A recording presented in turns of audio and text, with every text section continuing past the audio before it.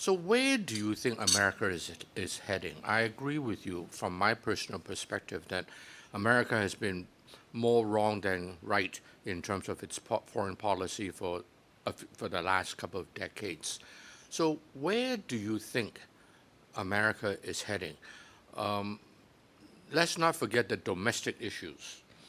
And the domestic issue, I've written about this, that the United States cannot beat China. China for sure cannot beat America. So it's not a matter of who will win. It's a matter of who will not lose. And if anybody loses, I don't think it will be because of the other party, but rather it will be because of the domestic situation. I don't know if you agree with that. So how do you see the America's domestic situation? So tell us. The U.S. Does not have a functioning political system and has not had a functioning political system for 30 years or so. And this is very interesting. American society really has great strengths, many centers of capacity in business, in academia, in civil society.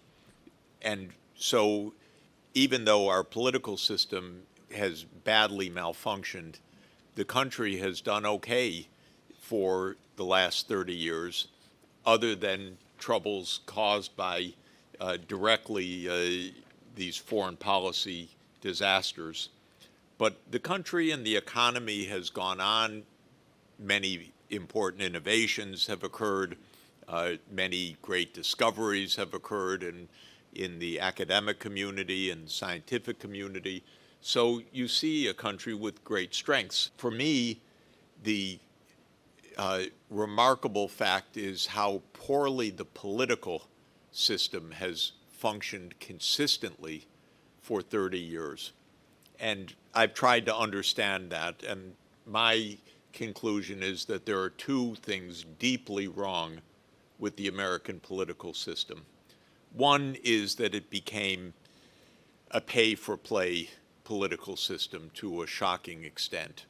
What a Pay for play, that it became a corrupt political system in which campaign contributions translated into public policy. And this was not always the case. The role of lobbying changed in the United States, starting systematically in the 1970s. And there were a series of Supreme Court rulings, the most famous of which is Citizens United, in which the conservative Supreme Court ruled that limits on campaign financing were simply unconstitutional, because the idea was, and the judges were very explicit about it, giving for campaigns is speech, and free speech predominates any interest in limiting campaign financing. This was a doctrine put forward by one judge, Lewis Powell, and it's a very interesting history because Lewis Powell was a corporate lawyer. He worked with the U.S. Chamber of Commerce, and in the late 60s and early 70s, he said inside the business community, all of this environmental regulation and Ralph Nader and consumer interest groups, this is killing us. The business community has to retake politics. And on that basis, a famous memo that he wrote, he caught the attention of Richard Nixon, who put him on the Supreme Court. And a few years after that, he wrote the first opinion ending limits on corporate campaign contributions. It was a concerted strategy, and several decisions basically eliminated any boundaries of giving. When you do this, you reach a kind of caricature. Elon Musk is a caricature of this. The richest person in the world who funds the campaign of the presidential candidate and who says to Congress, anyone that steps out of line, I fund opponents to defeat you. And so you can't get more vivid in the plutocratic element than having Elon Musk as your prime minister, which is his informal position right now. And this is how American politics really degenerated terribly over a 30-year period. I once was in the presence of a Democratic Party member of Congress, and I asked her about some terrible decision Congress made on health care costs.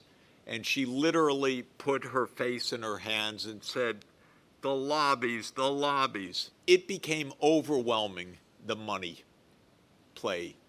And because of this, all of the issues of American society, of inequality, of the widening gaps between different classes in America, of the growth of the poor underclass, of the epidemics of deaths of despair that you all know about, which are very serious afflictions of American society, not one of them was addressed in public policy. There has been no effort once in 30 years to address inequality in the United States, to address, we have an epidemic of opioids and everything else. Who gets blamed? China, of course. China, fentanyl precursors. Who takes the opioids? It's the American. So this is an example. Climate change is another example. We have not had one consistent policy on climate change for 40 years because of the big oil lobby. It's not even subtle. And there was a very humorous sting by a kind of Greenpeace organization which called the ExxonMobil lobbyist and said, we're headhunting, we think you could be senior position. And so they filmed the ExxonMobil lobbyist in a fake job interview, and they asked him, how do you operate? And he said, it's easy. If any trouble arises for the industry, I just call our senator. Who's your senator? Joe Manchin, of course. Joe Manchin was the senator from West Virginia. He owned 2 coal companies personally. That was the family wealth. And he was basically there in his position to block any climate change action for 30 years. So that was one thing that broke American politics. It just stopped being representative of basic issues. And till this day, if you observe the Trump administration, there's not a single moment of discussion about poor people, about their needs, about the role of government.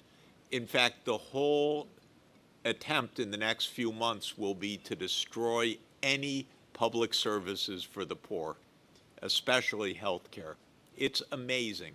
But this is Elon Musk running the show. He doesn't have to worry about his health care costs. So this is one point.